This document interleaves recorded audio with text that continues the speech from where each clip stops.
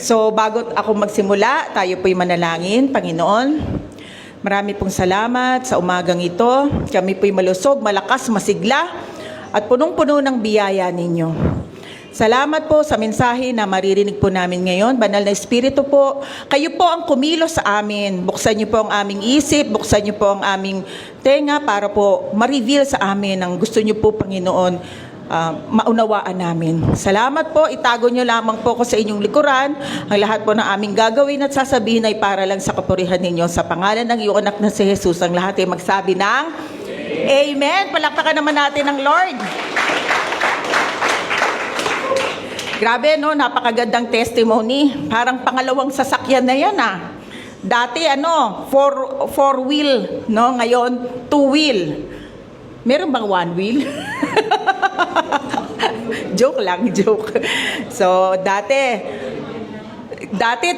umikot-ikot yung sasakyan. Wala ring nangyari sa kanya. Kahit lahat ng bubog, nandito na sa kanyang damit. Pero walang nangyari. No? Ngayon naman, truck. Tingnan mo naman talaga ang proteksyon ng Panginoon sa bawat mananampalataya. Amen? Grabe talaga ang Panginoon.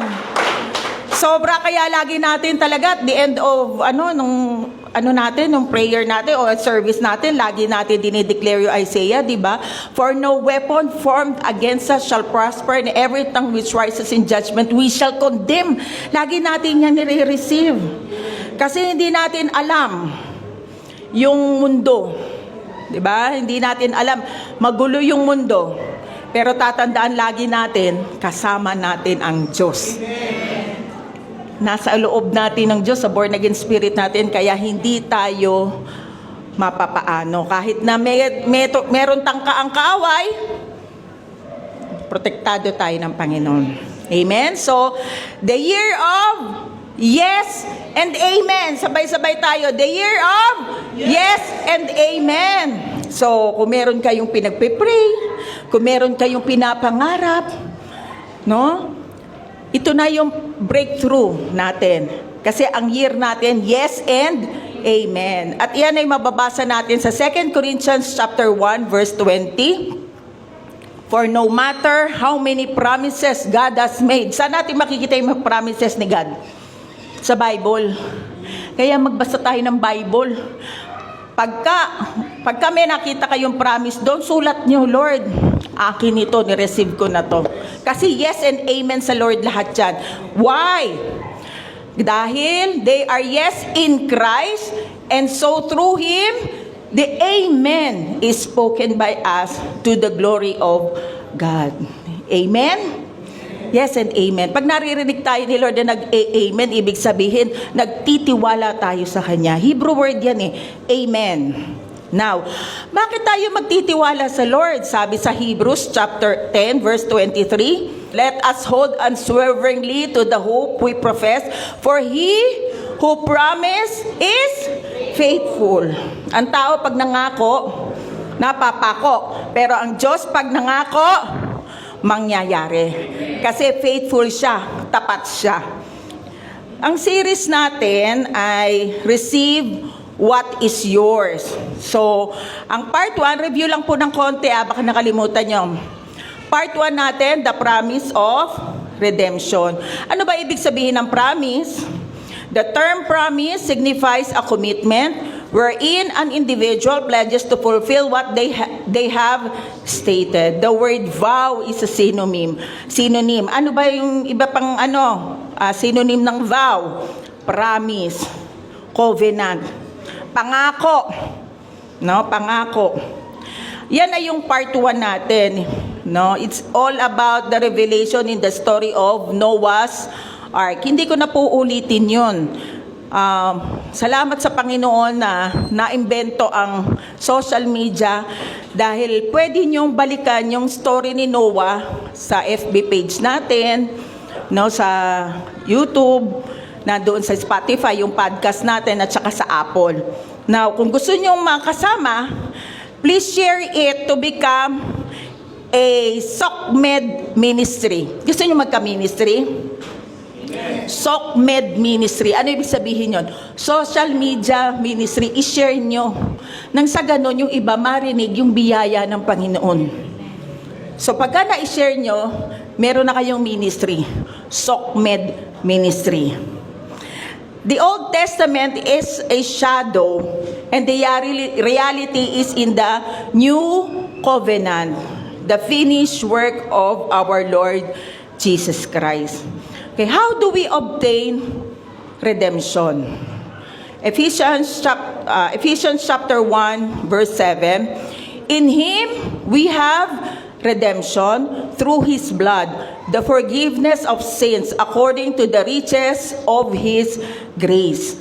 Yung redemption ay galing sa Greek na apolutrosis, na ibig sabihin means release effected by payment of ransom. Naalala nyo pag nanonood tayo ng movie, mayroong kikidnapin tapos may ransom. Dala ka dito ng 100 million bago ko to pakawalan. Diba? So, ganun ang ginawa sa atin ng Panginoong Hesus. Ang pinambayad niya, kanyang dugo, para tayo ay ma-redeem. Hinayaan niya na siya ay, ibigay niya yung buhay niya, ako na yung alay, para itong mga anak kong to, ma-redeem. Ma-redeem saan? Sa kapahamakan, sa apoy ng impyerno. Amen? Bakit?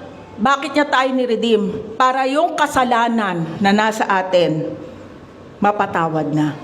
So nagkaroon tayo ng forgiveness of sin. Kaya tayo ay napatawad na sa lahat ng kasalanan natin. Next, redemption, number 1 is forgiveness of sin. And number 2, eternal life. Sa redemption, binigyan din tayo ng bukod sa forgiveness of sin, meron tayong eternal life. John chapter 10 verse 28. I give them eternal life and they shall never perish. No one will snatch them out of my hand. So, hindi na tayo mamamatay. Amen? At ang buhay ng Panginoon ay nasa atin na. Okay. Yung kamatayan na nakikita niyo sa kabaong, hindi iyon ang totoong kamatayan.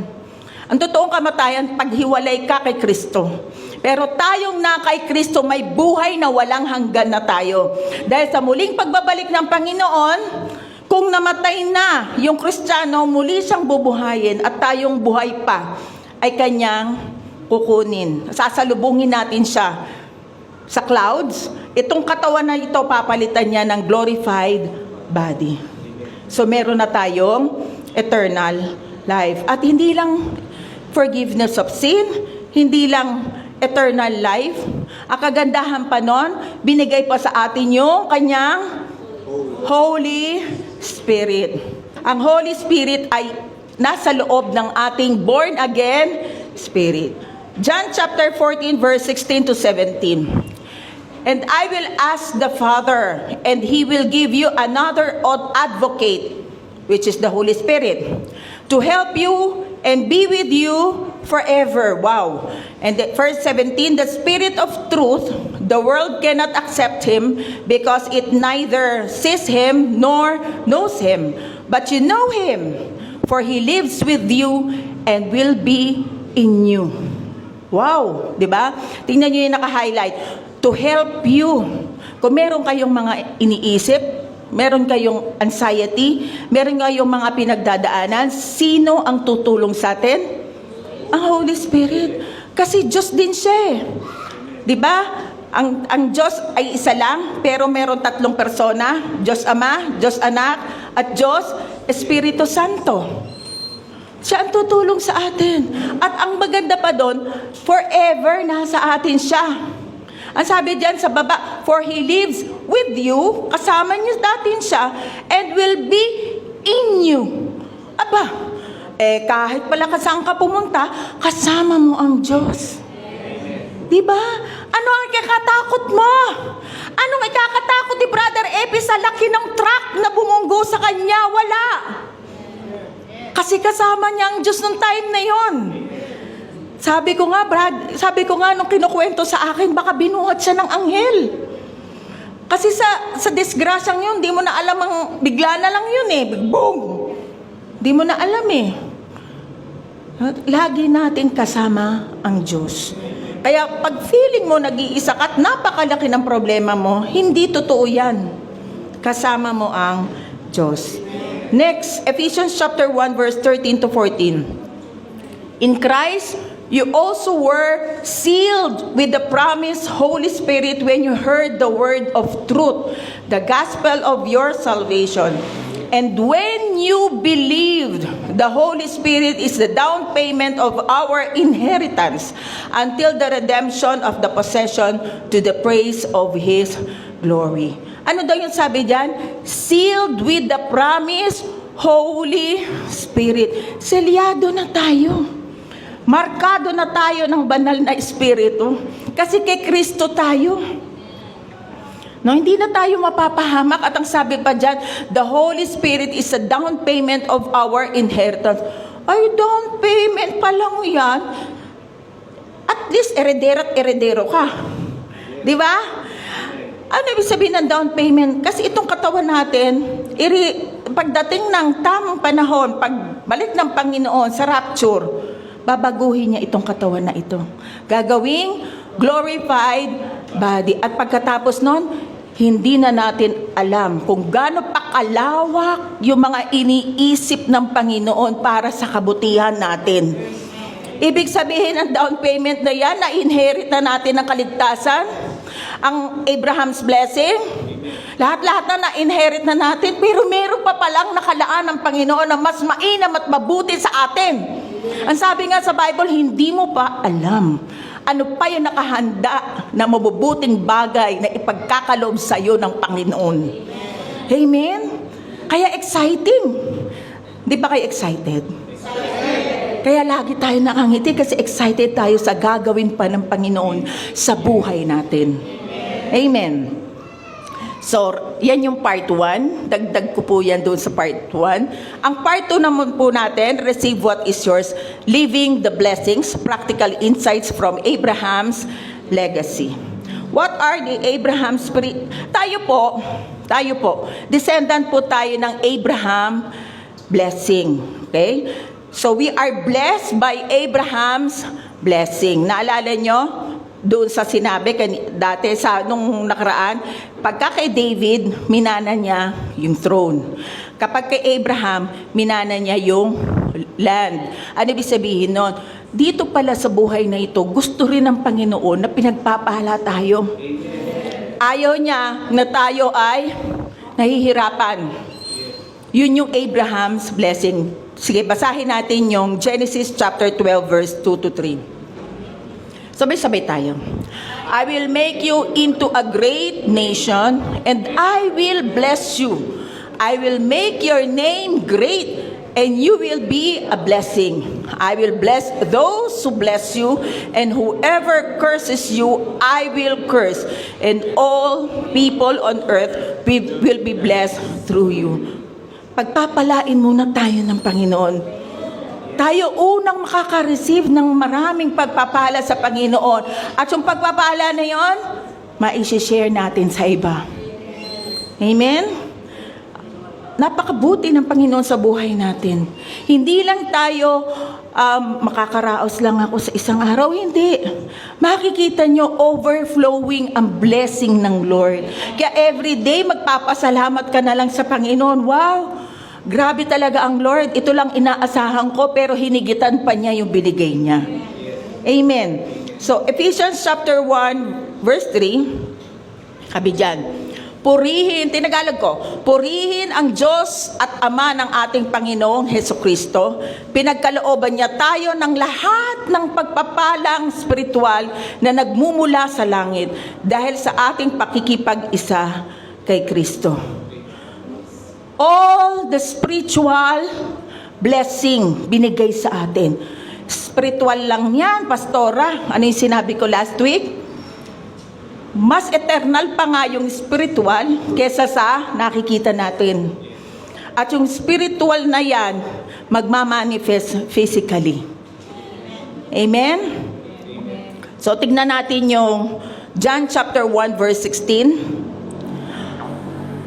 out of His fullness, we have all received grace in place of grace already given. Tagalog. At tumanggap tayong lahat mula sa kanyang kapuspusan, kagandahang loob, na sinundan pa ng kagandahang loob. Di ba? Binigyan tayo ng spiritual blessing. Ang dami na.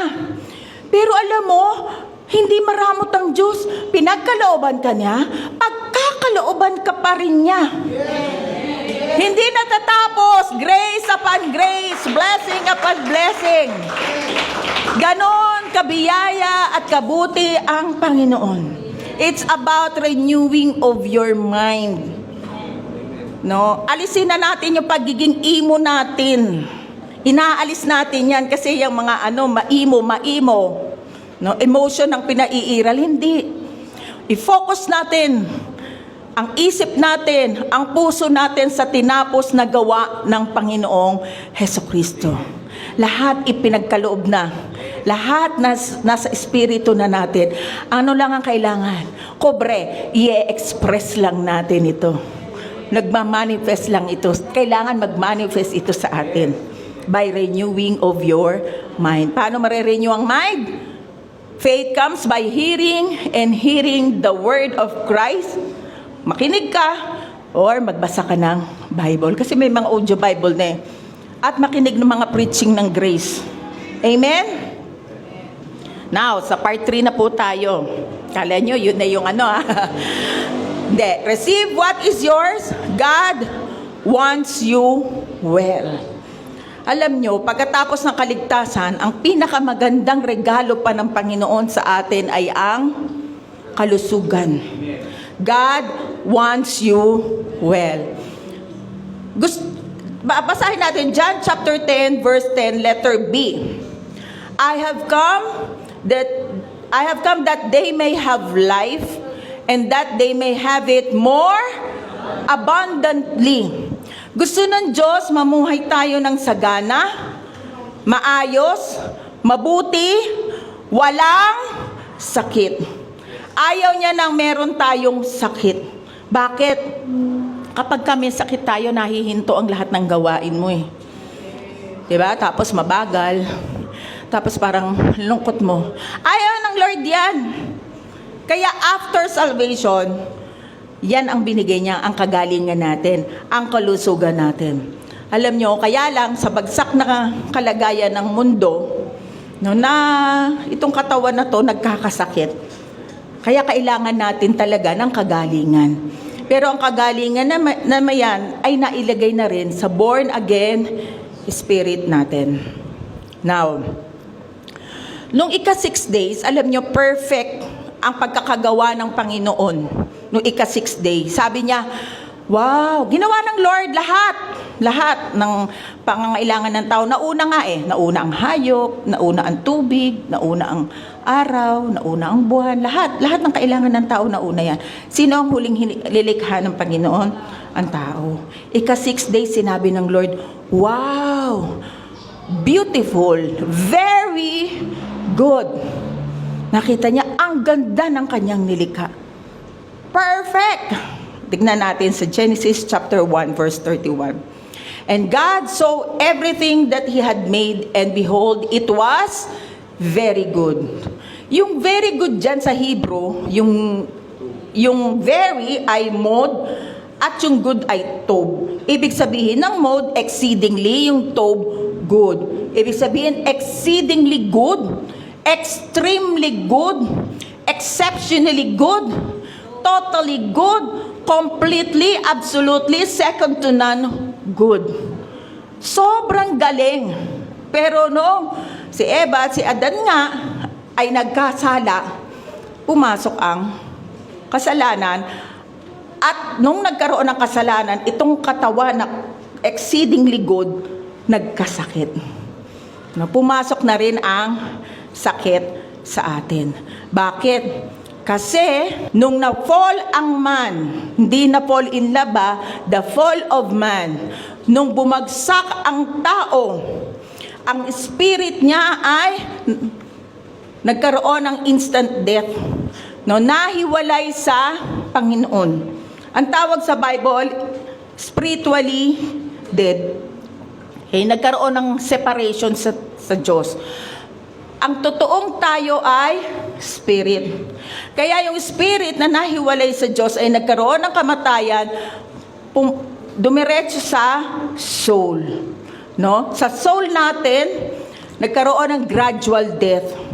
Kaya pumasok ng kasalanan, naging mabugnutin, walang patience, walang self-control, na unti-unti sa soul. Di ba ang sabi nga sa Bible, sa last days, pasama ang tao.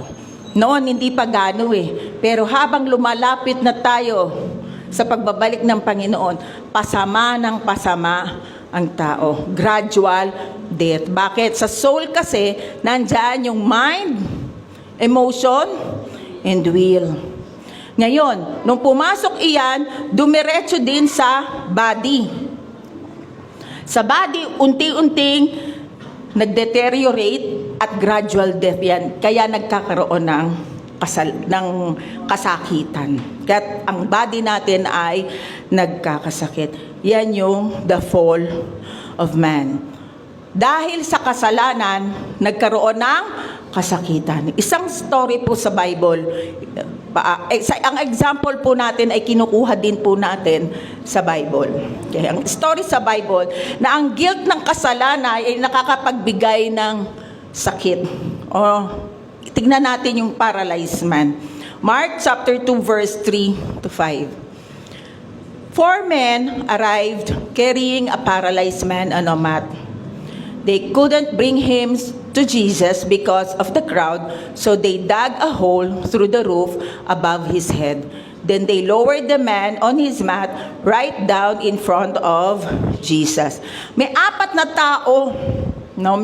tao. Dala-dala nila yung paralyzed man. Hindi sila makalapit kay Jesus sa dami ng tao. Ano naisip nila? Umakyat sila sa bubong, binutas yung bubong kung nasaan si Jesus at ibinaba nila yung kanilang dinalang paralyzed man doon. Diba? Next. Sabi, Mark 2, chapter 5. Seeing their faith, Jesus said to the paralyzed man, "My child, your sins are forgiven." Doon po muna tayo sa underline, seeing their faith. Ano po yung nakita ni Jesus? Faith. Kaninong faith? Doon sa apat.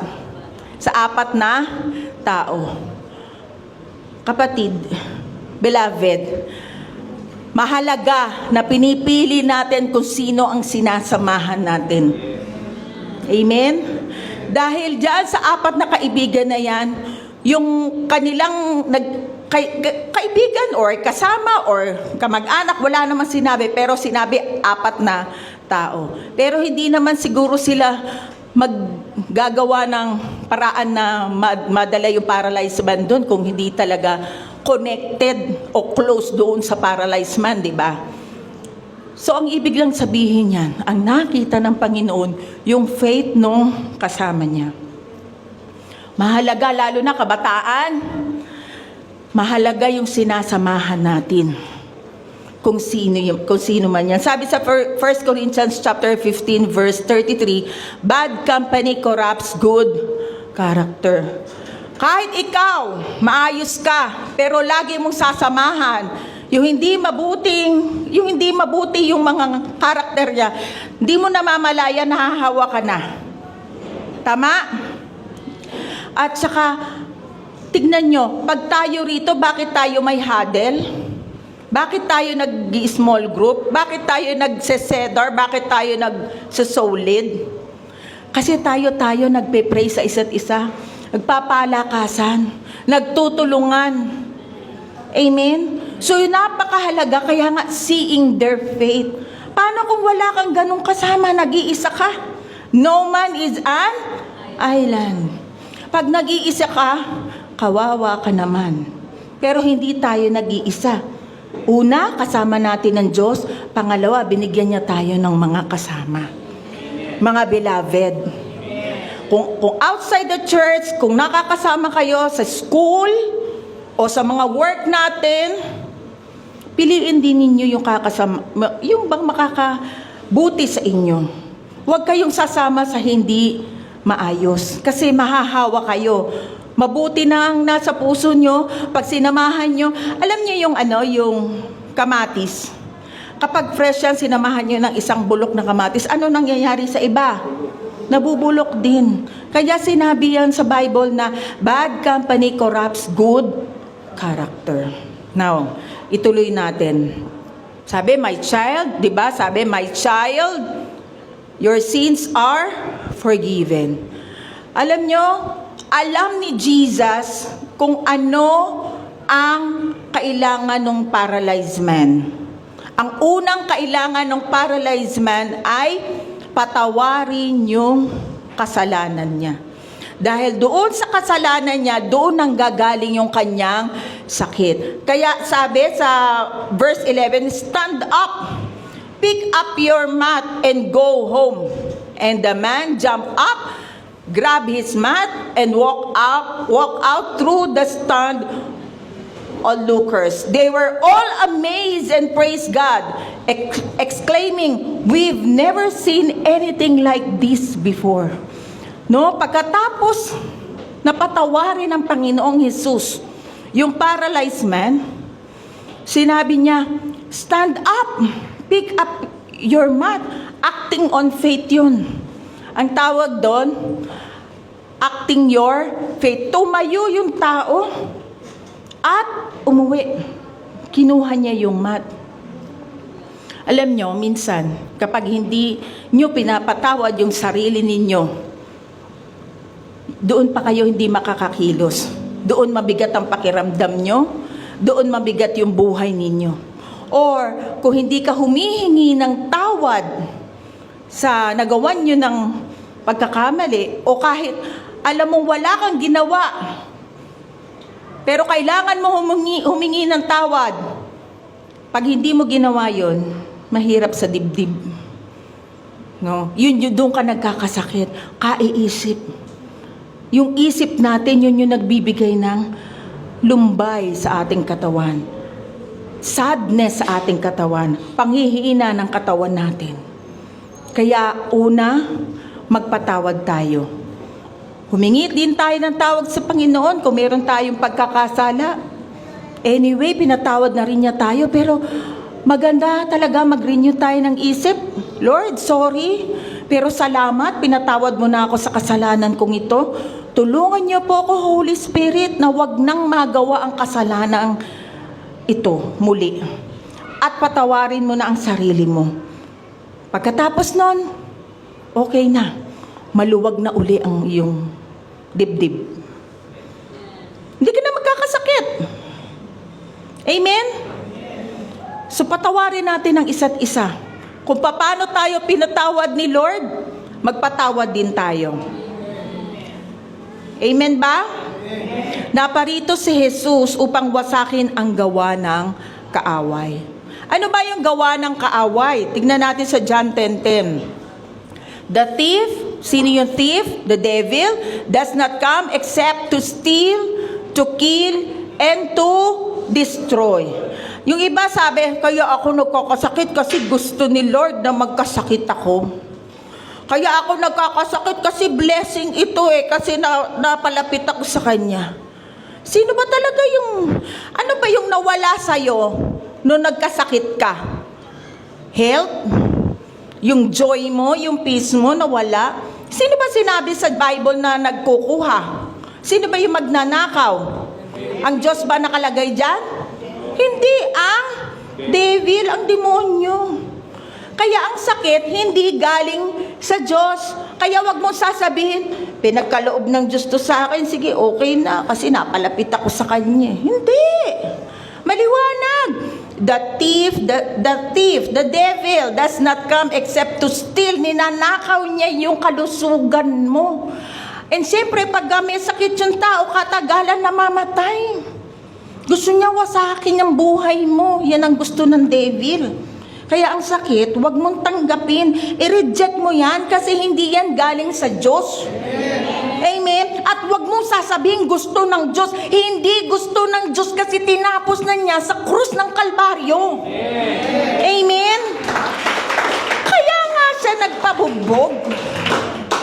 Diba? Kaya nga siya nagpabugbog. Para lahat ng kasakitan ng katawan natin, makuha na niya sa krus ng Kalbaryo.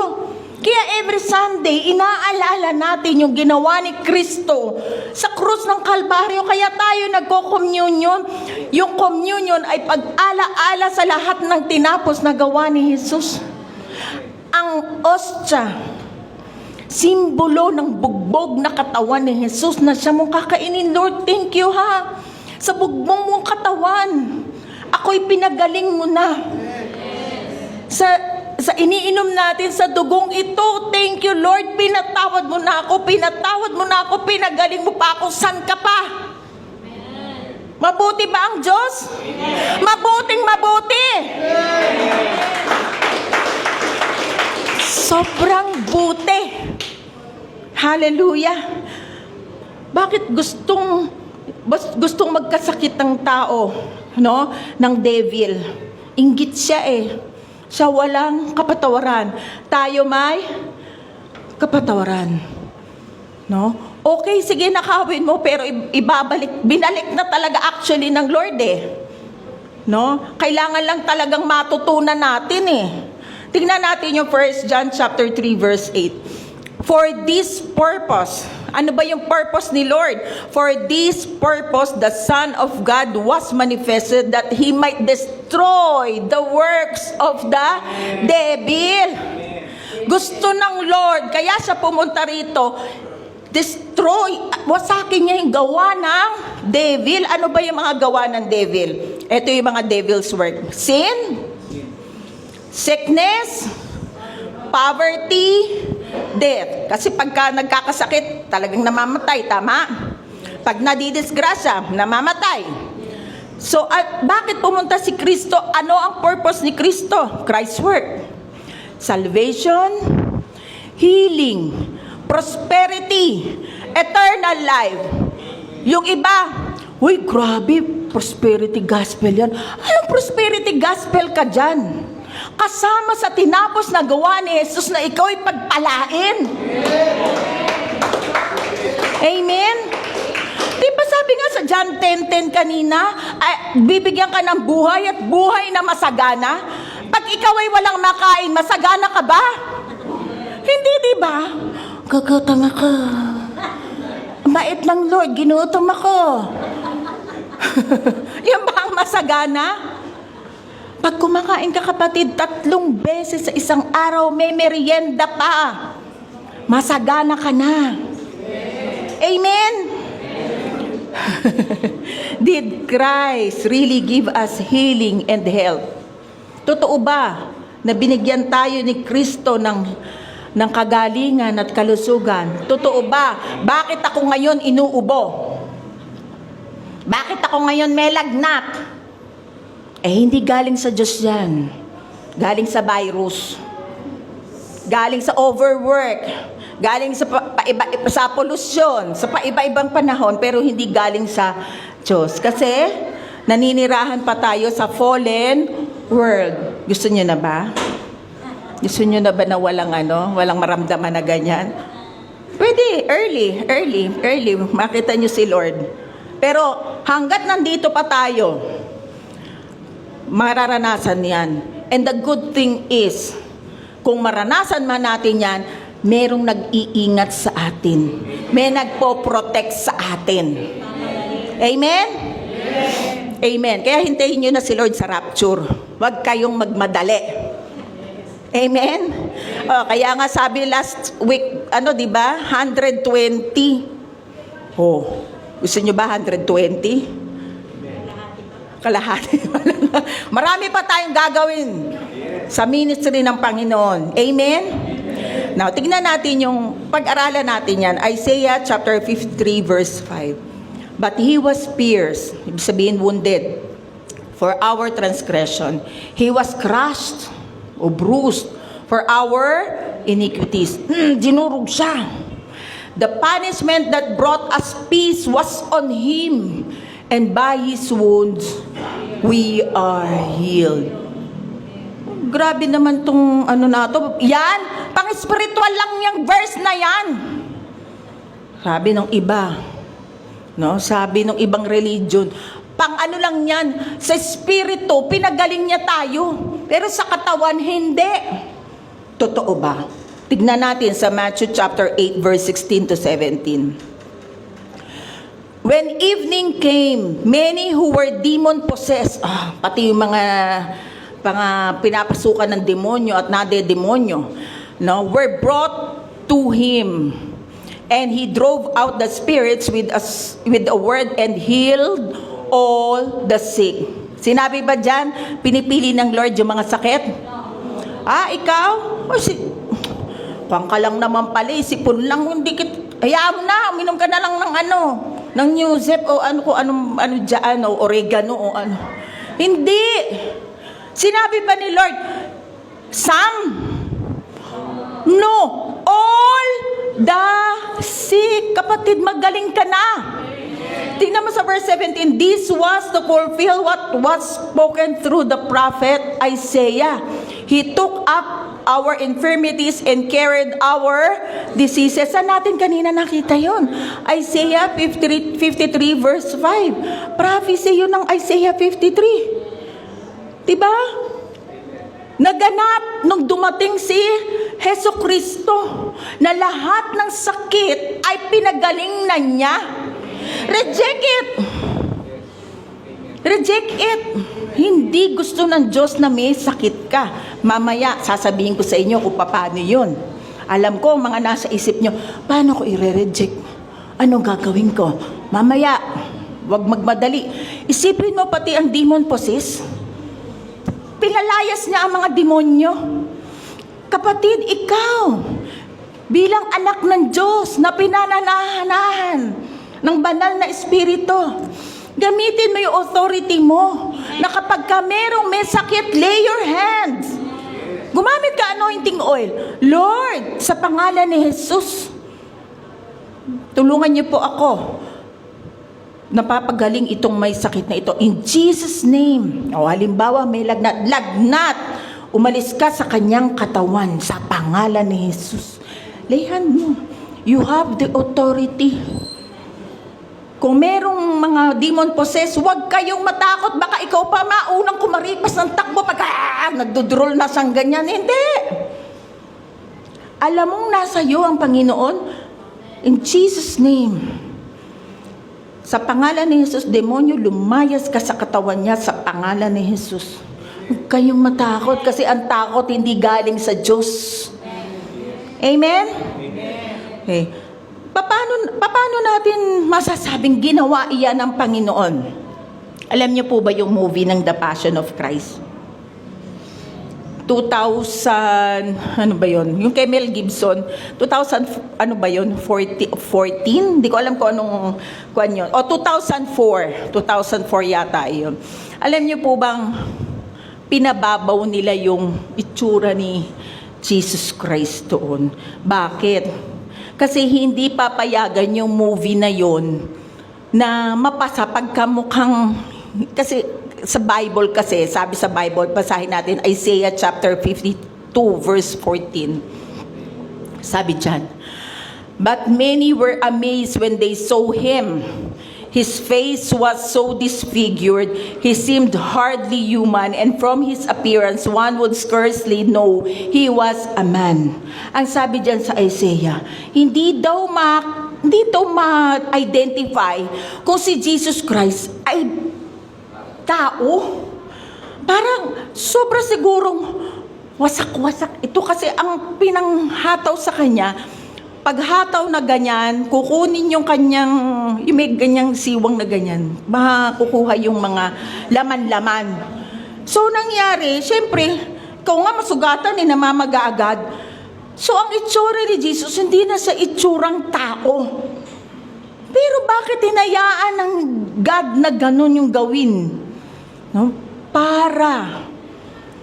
Kung ikaw ngayon, sa mga nakikinig sa podcast, kung ikaw ngayon nasa karamdaman ng sakit, hinayaan ng Diyos na gawin sa kanya yung mga karumal-dumal na gawa na yon para ikaw ay bigyan ng kagalingan. Amen? Disfigured siya. Sobrang wasak yung mukha niya. Sobrang wasak yung katawan niya. Yung pinakamalalang sakit na maiisip, imagine ninyo, lumipat na yan sa katawan ni Jesus. Amen? So, kumuha ako ng mga picture from that movie, The Passion of Christ. Hindi masyadong ang pinalala yung mukha ni Jesus eh. Isipin nyo na lang malalang malala. Isipin nyo yung grabing sakit na dinanas ng Panginoon sa katawan niya, alang-alang para ikaw ay gumaling. Sobrang sakit. Mild pa nga yan eh. Kung ang Bible ang pagbabasihan natin, kilala niyo pa bang tao siya dyan? Ha? Kilala?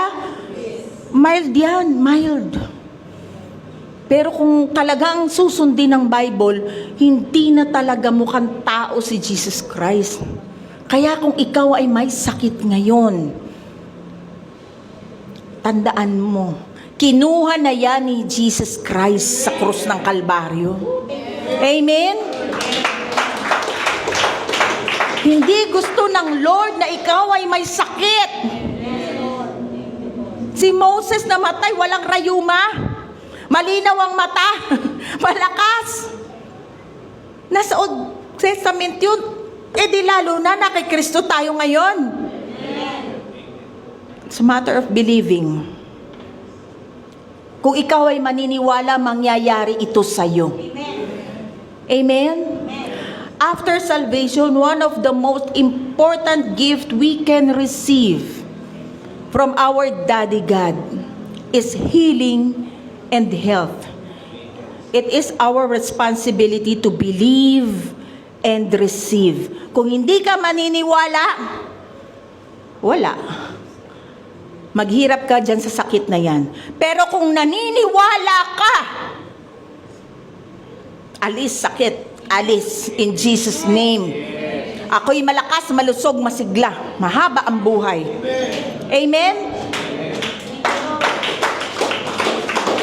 Sabi sa Mark chapter 11 verse 24, therefore I say to you, whatever things you ask when you pray, believe that you receive them and you will have them. Actually, bago pa buksan ninyo yung bibig ninyo, narinig na ng Panginoon yung prayer ninyo. Pero kailangan mo lang maniwala at tanggapin yung gift na binigay sa atin ng Panginoon. Amen. Ano man ang hilingin mo sa Panginoon, yes and amen na yan. Promise ng Lord yan eh. Yes and amen na yan. Okay? Tignan niyo yung Psalms chapter 91 verse 6. Sabi dyan, with long life I will satisfy him and show him my salvation. Yung life dyan sa Hebrew, yom, means day. Ang salvation, ibig sabihin yan, sa Hebrew o ang salin niyan ay Yeshua, means deliverance, aid, victory, prosperity. Ito ang isa pang maganda dyan. Ang salvation dyan, Yeshua, is the Hebrew name of Jesus. Ha? Sabi dyan, with long life, with yung life, sabihin days, ano? Ibig sabihin, pahahabain niya yung araw mo. With the length of days, because you are in Christ, pahabain niya yung buhay natin. Hanggang masatisfy ka. Oh, kung gusto mo ng 500 years, edi go. Nakikristo ka eh. Ha, gusto nyo ba 500 years? Teka, amoy lupa na yun. Di ba? Pahabain ng Lord ang buhay natin hanggang masatisfy kayo. Na parang di ako naniniwala pa. Paano yun? Pinagpe-pray ko, humaba ang buhay niya. Ikaw ba yung nandoon sa kama? Meron kasing akong nakausap. Pinagpe-pray ko naman siya na humaba ang buhay niya. Bakit sabi sa Psalms 91? At siya din gusto niya na mahaba ang buhay niya. Bakit nawala na siya? Hindi mo alam yung may sakit, satisfied na siya eh. Tama? So hindi mo naman nakausap habang siya ay nandoon sa kama. Mamaya, nagpakita na ang Jesus sa kanya. Gusto mo pa ba mabuhay sa mundo o sasama ka na sa akin? Kakita niya paraiso, ganda. Sama na ako sa iyo, Lord. Ang hirap dito sa mundo. So, hindi natin mako-question ng Panginoon. Tatandaan lang natin, gusto ng Lord mahaba ang buhay natin hanggang masatisfy ka. Dahil tayo ay nakay Kristo. In Christ. Amen? Sino rito gusto mahaba pa ang buhay? Amen. Amen. Yes and amen. Kaya protektado pa rin di ba? Kahit may mga disgrasya. Andun ang pag-iingat. Bakit? Gusto ng Lord mahaba pa ang buhay natin. Marami pa tayong gagawin sa ministeryo niya. Isang example Old Testament pa nga itong example na to Si Hezekiah, sa 2 King chapter 20 verse 5 to 6, si Hezekiah nagkaroon ng sakit. Nahawa siya ng bubonic plague. Sa atin, COVID-19. Si Hezekiah. Nagkaroon siya ng bubonic plague. Pero mabuting hari si Hezekiah. Nung siya na yung naging hari, lahat ng mga Diyos-Diyosa na pinagawa nung dating hari, tinanggal niya yun. Kaya mabuti siyang hari. Nagdasal siya, Lord, pagalingin mo naman ako. Dagdagan mo naman ang buhay ko. Anong sabi kanina doon sa verse? Kapag ka tayo'y nanalangin, pakikinggan niya, believe and receive. Kahit ito'y Old Testament story, sabi nga, di ba, shadow yon, ang reality nasa New Covenant. Alam niyo kung ano ginawa ni Lord? Pinagaling siya. Kasi kung baga sa COVID-19, hirap na rin siya mga bukol-bukol, bubonic plague kung tawagin nung araw, nung ancient times. Karoon ng bukol-bukol. Ikaw nga isang tigyawat lang hapdi siya buong katawan niya. Ang daming bukol-bukol. Pero alam niyo, pinagaling siya ng Diyos at dinagdagan pa ng 15 years ang buhay niya. Sino yon? Si King Hezekiah. Kung yun nangyari sa Old Testament, how much more na kay Kristo na tayo ngayon? Hindi lang 15 years, hanggang masatisfy ka. Buhay ka, malusog, malakas, masigla at mahaba ang buhay. Amen. Nangyayari yan, sabi, believe and receive. Amen. Sige, punta tayo sa Beloved Walk. Naalala niyo yung kubre? Paano yung kubre? Kubre kama, madaling tandaan No! Kaya itinuturo sa inyo sa church, kailangan malaman nyo. Understand, maintindihan nyo. Ngayon, ito na yung responsibility nyo. Kailangan nyo paniwalaan, believe. Kailangan nyo i-receive and kailangan nyo ma-express. Number 1 dyan, be thankful. Maging mapagpasalamat. Bakit kailangan kang maging mapagpasalamat? Pag nagpasalamat ka, ibig sabihin nagtitiwala ka sa Lord. Lord, thank you, pinagaling mo na ako. Lord, thank you, naniniwala ako, tinapos mo na ito sa krus ng Kalbaryo. Kaya ako'y malakas, malusog, masigla. Sa lahat ng gagawin mo, be thankful. Kasi wala naman meron ka na hindi bigay ng Diyos. Lahat ay bigay ng Diyos, lahat ay biyaya ng Diyos. Kaya maging mapagpasalamat. Number 2, speak life. Wag mo nang usalin pa yung mga masasamang nangyayari. No, speak life. Ako'y malakas, malusog, masigla. Hindi, ay, rayong ako, hindi ako makatayo. Nako, ano ba, matanda na ako, itatanda ka nga. Kasi yun yung sinasabi mo, yun yung minamanifest mo. Subukan nyo. Nasubukan ko na to. Pagharap mo sa salamin, ganda ko. Sa biyaya ng Panginoon, tsaka kang ngumiti. Makikita mo nga, maganda ka. Kasi yung perspective mo, nakikita mo maganda eh. Pero pag sinabi mo, kapangit ko ba ngayon? Bakit kaya pumapangit ako ngayon? Pumapangit ka nga! Kasi yun yung perspective mo, pangit. Diba? So, lahat ng pwede mong sabihin mabuti, na buhay, yun ang sabihin mo. Wag yung, ayan, tamad yun. Ay, nagiging tamad nga eh, kasi nga na yun ang nasasabi, tamad. Oh. Meron kang ginawa ngayon, sipag mo ah. Oh. Diba? Speak life. Amen? Hindi lang ito sa sakit sa lahat ng bagay. Walang laman ang pitaka mo. In Jesus' name, magkakaroon ko ng laman.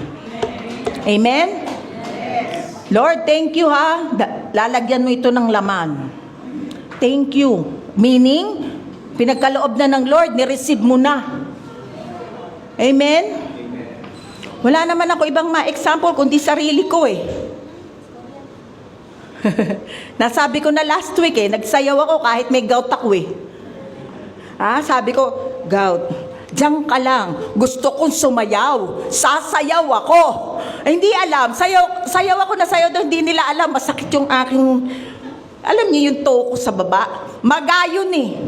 Pero sumasayaw ako, bakit? Naniniwala ako, pinagaling na ako ni Jesus. Express. Huwag mong bebehin ang sakit. Dahil pag binebe mo yan, lalong nabebebe, lalong tumatagal, lalo kang nahihirapan. Pero kung advice ng doktor, sundin ninyo, wisdom yan. Pag may sinabi ang doktor, huwag niyong, sundin niyo ang doktor. Kasi kapareho naman ng si Lord gusto magaling ka, ang doktor gusto magaling ka. Pero ang supernatural healing galing sa Panginoon. Kahit maraming sinabi ang doktor na mga medicine, kung wala ang healing from the Lord, walang kwenta ang medicine. Kaya pag pinagsama mo yan, at mas naniniwala ka sa sinasabi ng Diyos, magaling ka na kagad. Amen? So speak life. Number 3, acting on your faith. Naalala nyo kanina yung example? Pick up your mat and go! Kinuha nga nung paralyzed man. Paralyzed yun Pag sinabi mong paralyzed, hindi na makakilos. Kinuha nga nung paralyzed man yung mat niya at umalis. Acting on your faith. Kasi kung hindi mo aaktuhan, walang mangyayari. Ibig sabihin, hindi ka naniniwala pagka hindi mo inaktuhan yung faith mo. Pag hindi ka nag-speak life, hindi ka naniniwala. Kung hindi ka nagpapasalamat, hindi ka naniniwala. Kaya paano natin may express yun? Be thankful. Ano pa? Speak life. Ano pa? Acting on your faith. Yan ang ating beloved walk. Amen. Yan. So, ngayon, iiwan ko sa inyo ang beloved thought. Ano yung uuwi ninyong maaalala nyo sa haba ng aking mga sinabi? I am the healed of God. Bakit I am the healed of God? Ano ang difference ng I am healed sa I am the healed of God? Pag sasabihin mo yan, ano difference nun?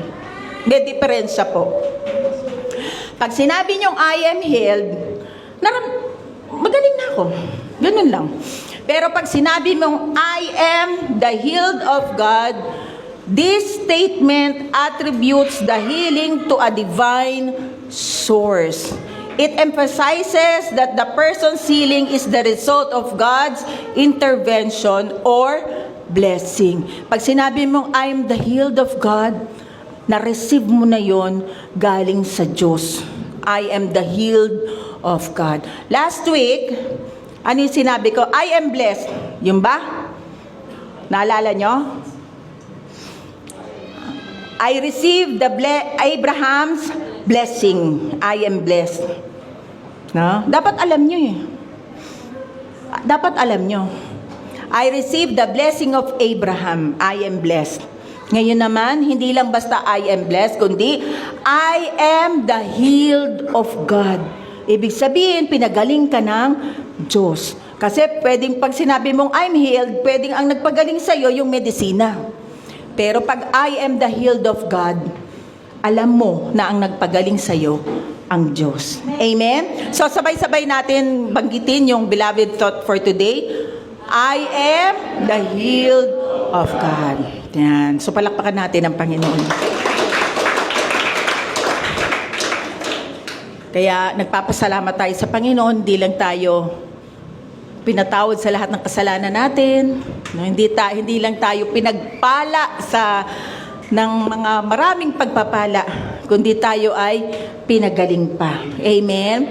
So kung sa mga bago pa rito, hihingan at sa podcast, yung mga nakikinig sa podcast natin, kung ngayon lang po kayo nakarinig ng ganitong mensahe, inaanyayahan ko po kayo na tanggapin natin ang Panginoong Hesukristo.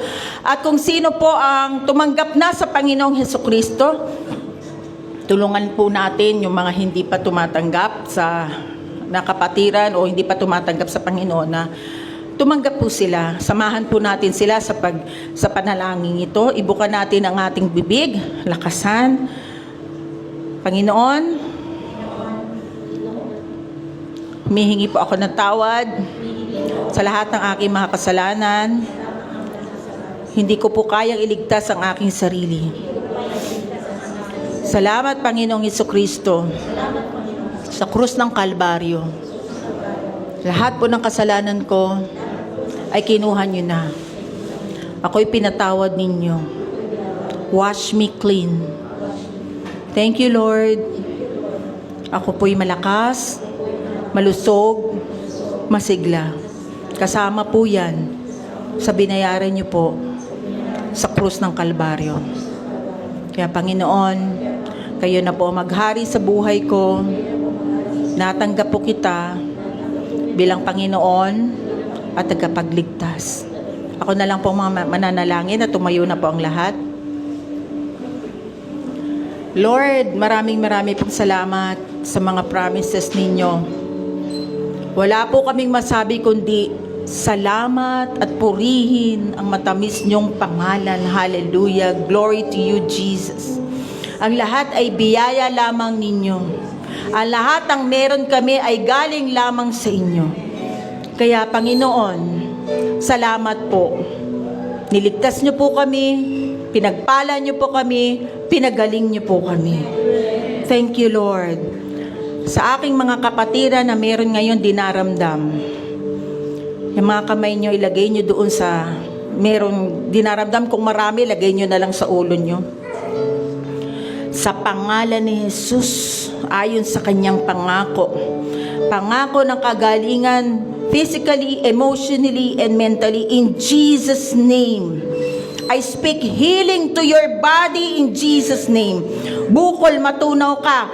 Cancer, matunaw ka in Jesus' name. Sa pangalan ni Jesus, leukemia, maayos ka.